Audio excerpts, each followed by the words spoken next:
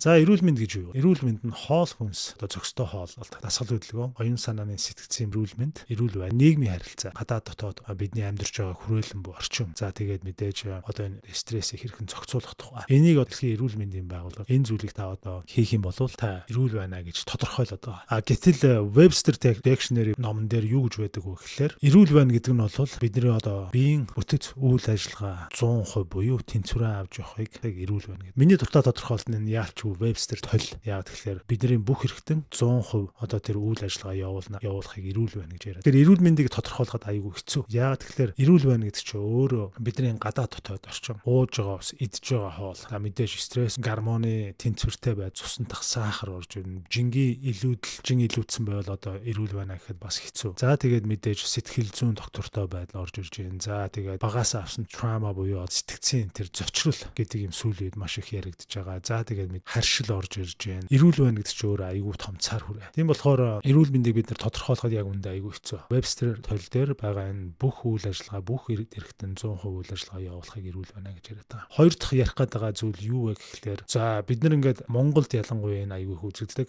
эмчтэр очиод эмчил үзүүлэхээр эмчнэр аюул загнаад идэг. Тэгэхээр эмчнэр одоо нэг талаараа энд байгаад байна. Үйлчлүүлэгч бид нар энд байгаад байна. Тэгэхээр ер нь эмч гэдэг тодорхойл юу юм бэ? Доктор гэдэг үг өөрөө доцоре гэдэг латин үгнээс гаралтай. Юу гэсэн үг гэхээр бусдад educational баг. Нэг талаараа миний ажил бол би бусдад тэр боловсролыг өгөөд ямар үед одоо та яавал одоо ямар үед энийг хийвэл эсвэл ингүүл таны биед хэрхэн сөрөг нөлөө гарч эсвэл одоо таны бие эдгэрэх боломжтой энийг л би тэр хүнд одоо шийдэж өгдөг. Тэгээд одоо нэг жишээ болгоо ярих юм бол Монголд яг хоёр ижлэхэн авдартай хүн байлаа гэж бодъё. Тэрний юу гэсэн үг гэхээр за нэгдүгээр өв шат байна, хоёрдугаар өв шат байна. За цаасан дээр яг л ижлэхэн хоёлоо илэгний авдартай тийм ээ. За тэгээд яг энийг эмчнэр эмчлэхдээ шууд нэг л аргаар эмчилдэг. Тэгэхээр энэ ямар учиртай юм бэ тийм ээ. Жишээлбэл ярих юм бол энэ хоёлоо илэгний авдартай. За нэг нь магадгүй mTOR буюу одоо бидний одоо генийн одоо нэг sequence буюу хэсэг байлаа гэж бодъё. Тэр нь mTOR гэдэг хэсэг тийм үү. Байлаа гэж бодоход бид нэр яг адилхан эмчилдэг. Тэгтэл нэг нь гайгүй болоод идэг, нэг нь 2-3 сарын дээр нас орчдөг гэж бодъё л да. Тэгэхээр энэ бол айгүй дутагдaltaй зүйл. Өдрөөс нь одоо тэр сахараар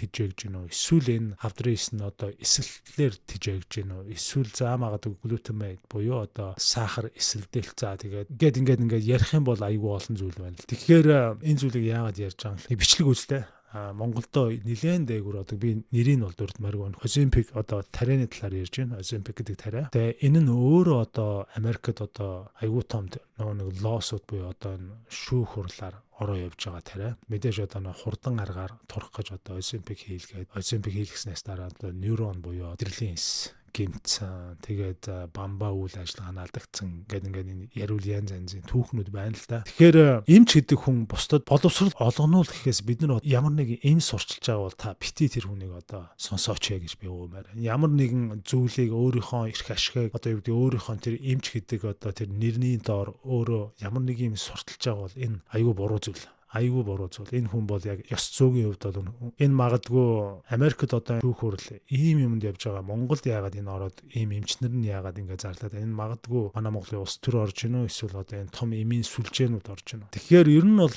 өөхлөлт гэдэг бол ерөөсөө л сахараар тижээгдэг зүйл. Та үнэхээр турыг гэж бодож зүгээр сахараа хасчих. Тийм. Мэдээж сахараасаа гадна стресс гэдэг юм байна.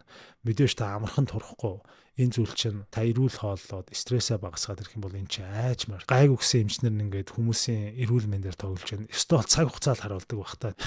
Цаг хугацаанд харуулна да. За тэгээд бүгдээрээ ятгах тусам нь харин өстөө асуудаг баймаар байна. Тэгээд судалгаа гэдэг юм бас байна. Судалгаануудыг нь хар. За тэгээд өдрийг сайхан өнгөрүүлцгээе.